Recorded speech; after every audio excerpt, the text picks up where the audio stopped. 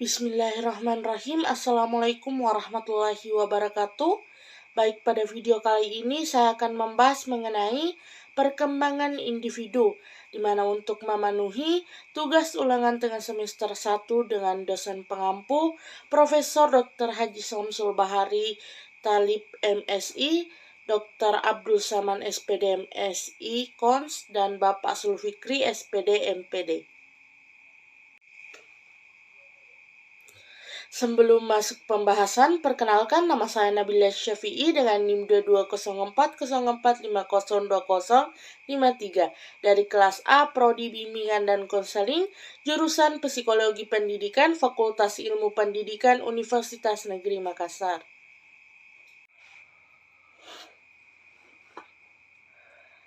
Nah, kita masuk pada pembahasan.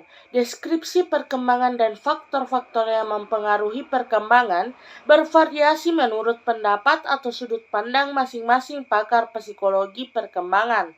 Ada yang merumuskannya sebagai proses perubahan, ada pula yang menyatakan sebagai pertumbuhan ke arah yang lebih maju.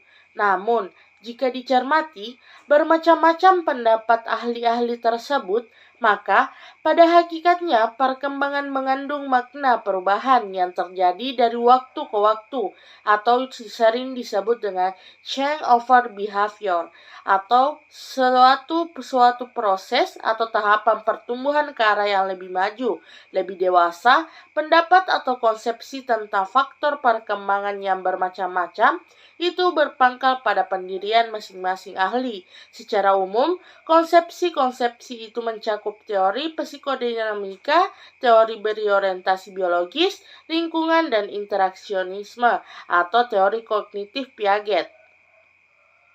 Nah, selanjutnya, teori-teori perkembangan. Teori perkembangan terbagi menjadi 4, yaitu teori psikodinamika, teori yang berorientasi biologis, konsep yang berorientasi faktor lingkungan, dan teori interaksionisme.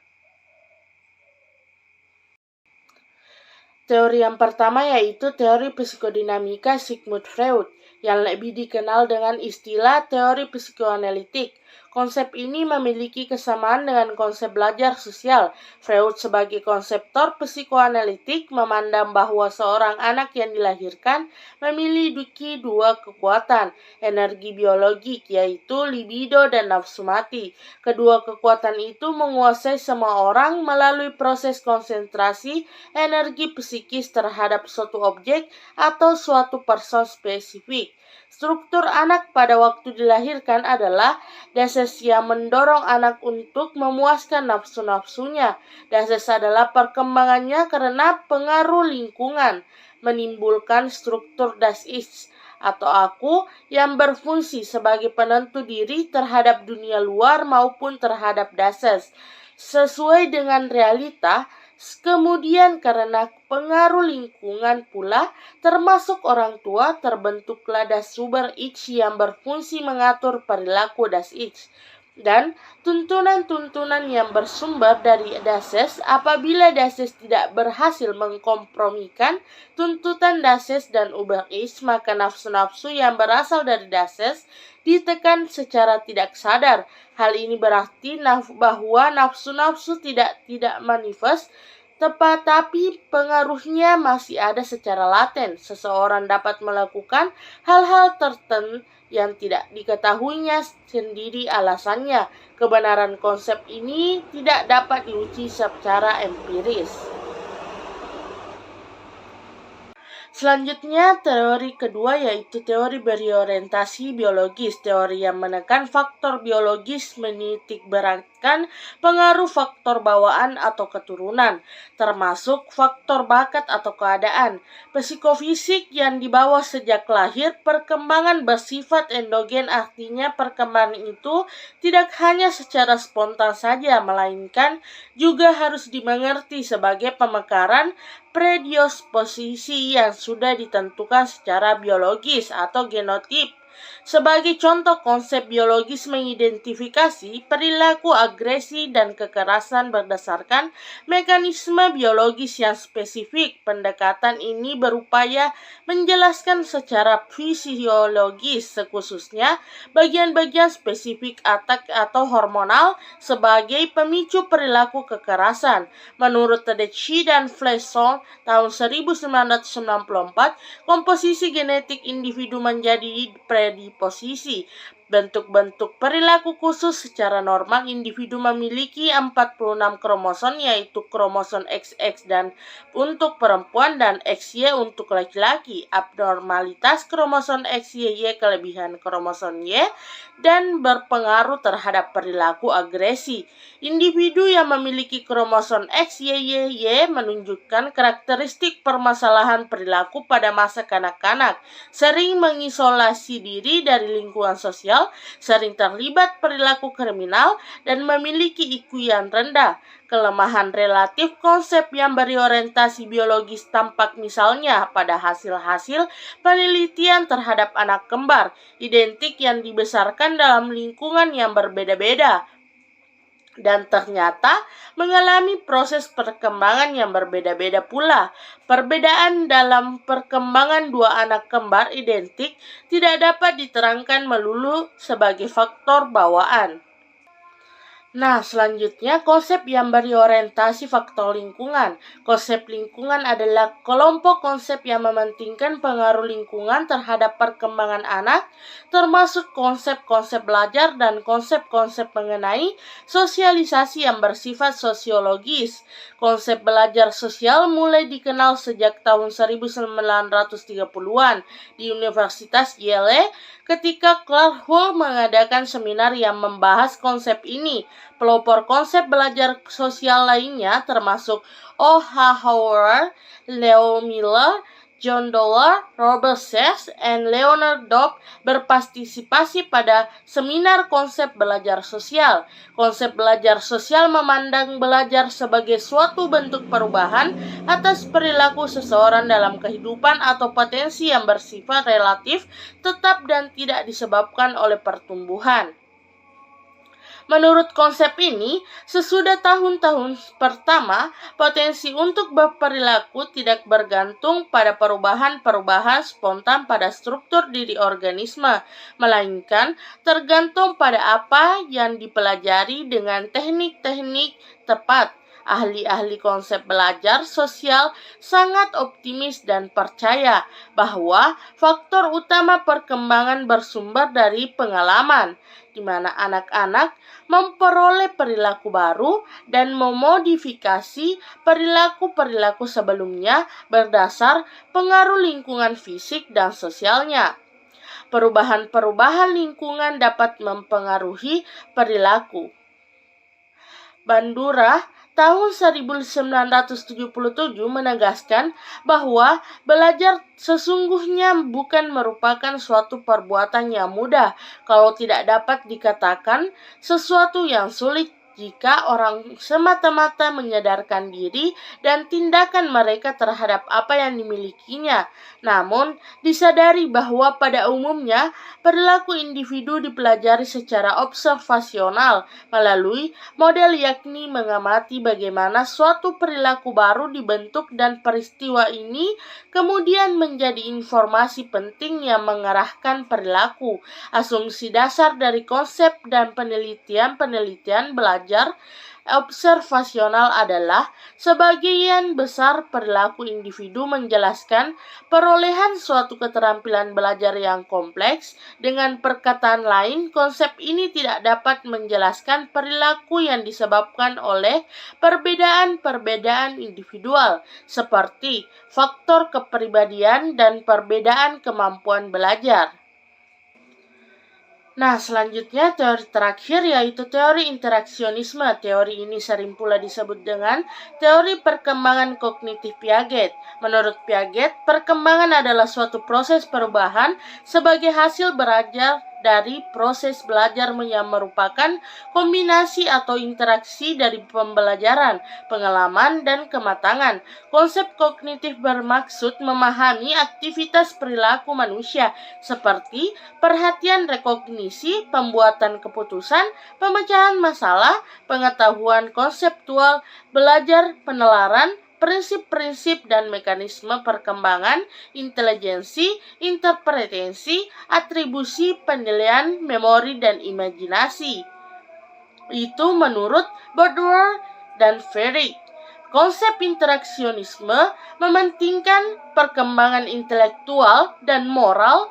Piaget memandang perkembangan sebagai kelanjutan Ganesha, embrio, proses perkembangan melalui stadium-stadium perkembangan, dipengaruhi oleh bermacam-macam faktor, termasuk faktor kematangan, pengalaman, transmisi sosial, dan interaksi di antara semua faktor-faktor tersebut. Kematangan mengacu pada keadaan biologis individu yang berinteraksi dengan faktor genetik dan keadaan lingkungan sosial. Faktor kematangan juga berpengaruh terhadap aspirasi dan intensitas individu dalam aktivitas belajar. Kondisi organ tubuh yang lemah dapat menurunkan kualitas kognitif yang berpengaruh terhadap proses dan hasil belajar. Pengalaman hidup terhadap lingkungan sangat penting bagi siswa. Siswa membentuk rencana atau pola-pola hidup melalui interaksi dengan lingkungan. Teori kognitif menekankan pentingnya interaksi resiprokal faktor-faktor personal sebagai penentu perilaku kekerasan. Faktor-faktor personal termasuk cita-cita, harapan, kepercayaan, dan kemampuan kognitif dikembangkan dan dimodifikasi melalui pengaruh faktor sosial.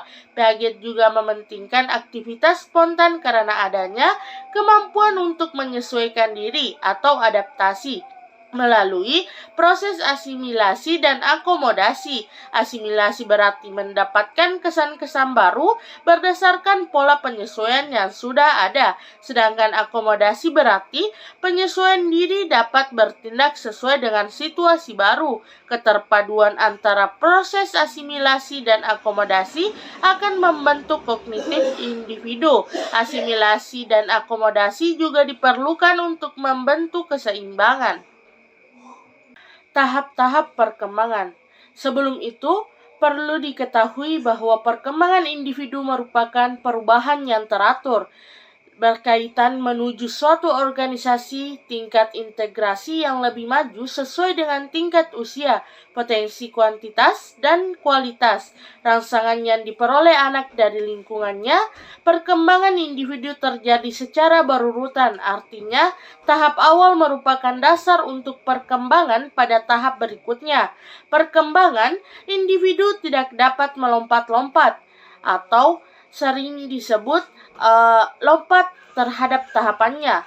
Jadi, tahapan-tahapan pertumbuhan individu itu harus berjalan sesuai dengan kodrat pertumbuhan manusia. Artinya, setiap individu harus mengikuti tahapan tersebut.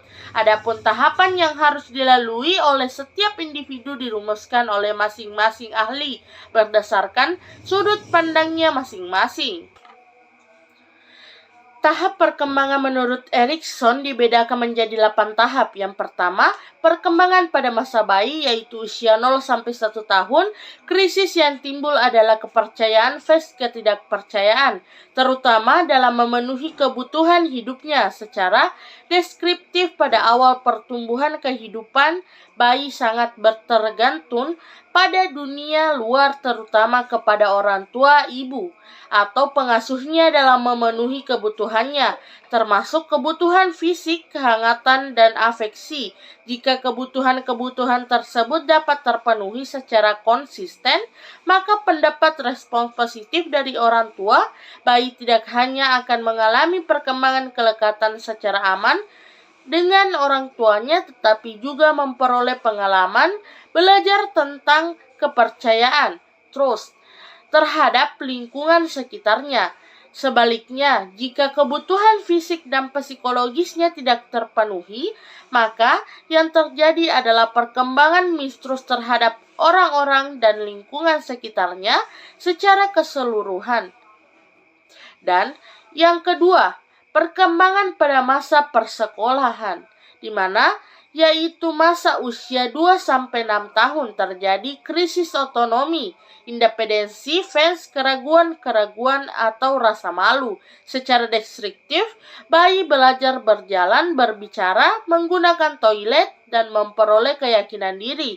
Juga kontrol diri, kepercayaan diri dan konsep diri mulai berkembang pada tahap ini jika orang tua memberikan peluang kepada anak untuk mengembangkan inisiatif dan memahami anak, mencentramkan hati ketika anak melakukan kesalahan, maka anak akan berkembang kepercayaan dirinya untuk mengatasi kesalahan masalahnya dan situasi masa depannya dalam memperoleh pilihan-pilihan hidup, kontrol diri, dan independensi. Sebaliknya, jika orang tua overprotective atau menentang tindakan independensi anak, maka akan berkembang perilaku negatif seperti perasaan malu dan ragu-ragu tentang kemampuannya sendiri.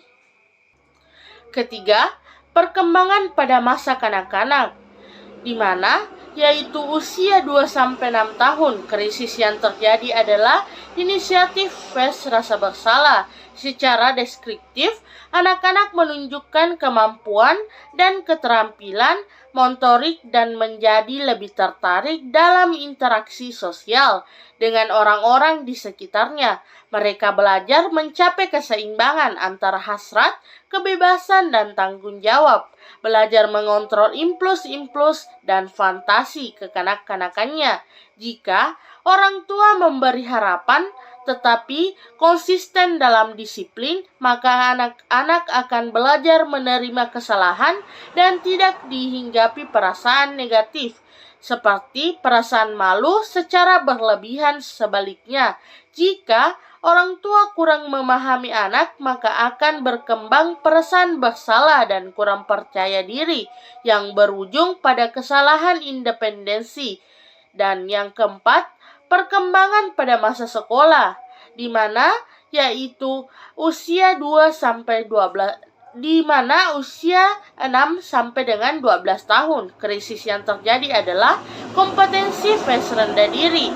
Secara deskriptif, sekolah atau belajar adalah peristiwa penting. Anak belajar membuat keputusan, memperoleh keterampilan dan bidang-bidang pendidikan dan pekerjaan tertentu, serta pengembangan potensi dasar. Anak-anak menunjukkan suatu era transisi antara lingkungan keluarga dan pergaulan dengan teman sebaya.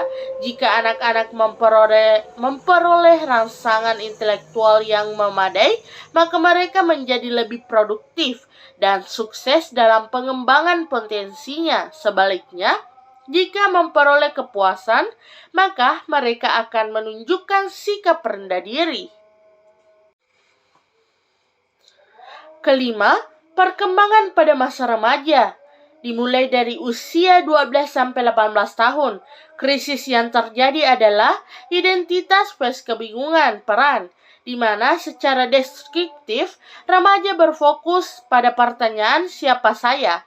Untuk sukses menjawab pertanyaan ini, Erikson menyatakan remaja mesti bebas dari rasa konflik dan berbagai hal.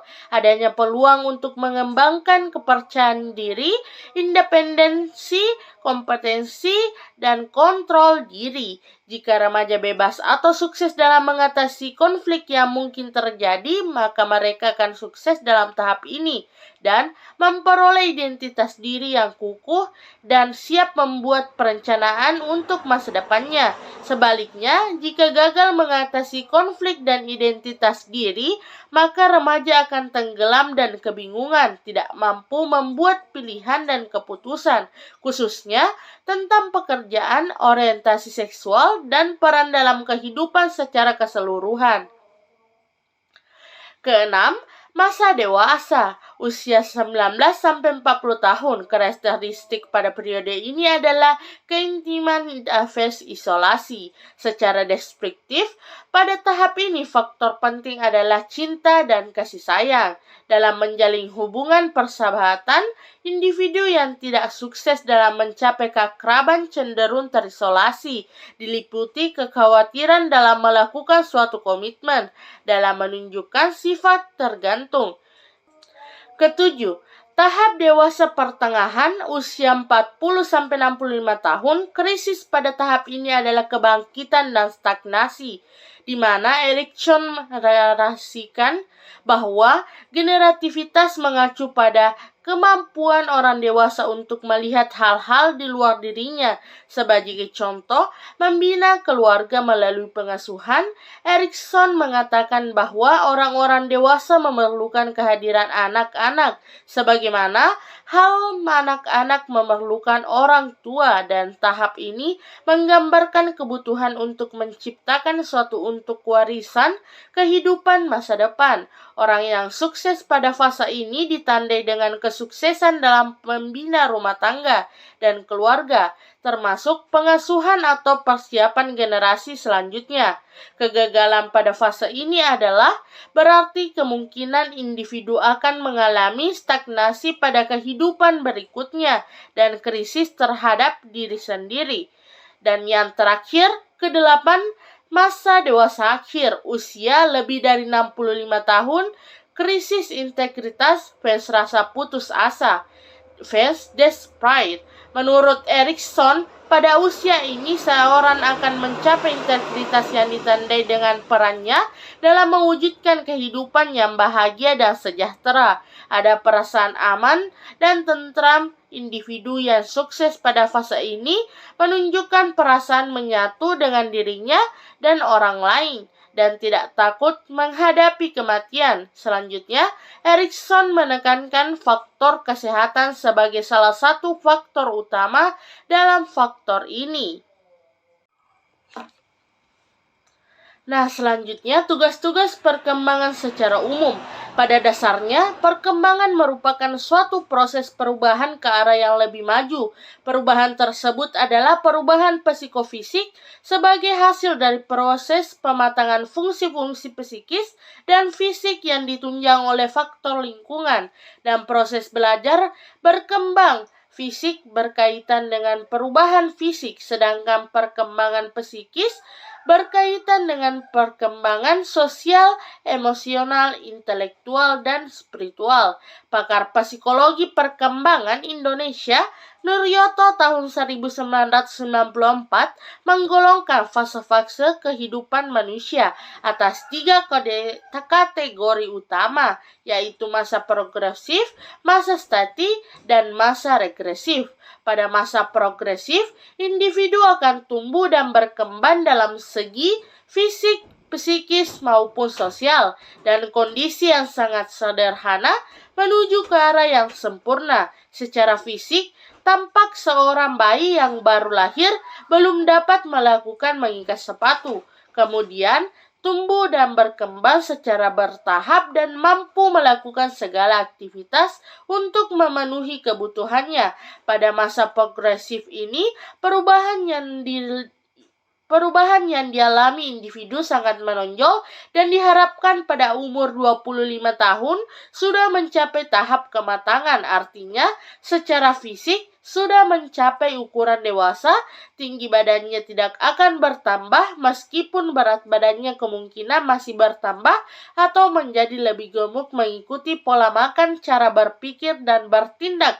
Sudah tidak kekanak-kanakan lagi, tidak emosional, dan mampu bertanggung jawab terhadap sikap yang dipilihnya. Pada masa ini, anak berusaha untuk mempersiapkan diri dan mencari status dalam bermasyarakat, mulai dari menentukan pilihan sekolah dan menyelesaikan sekolahnya.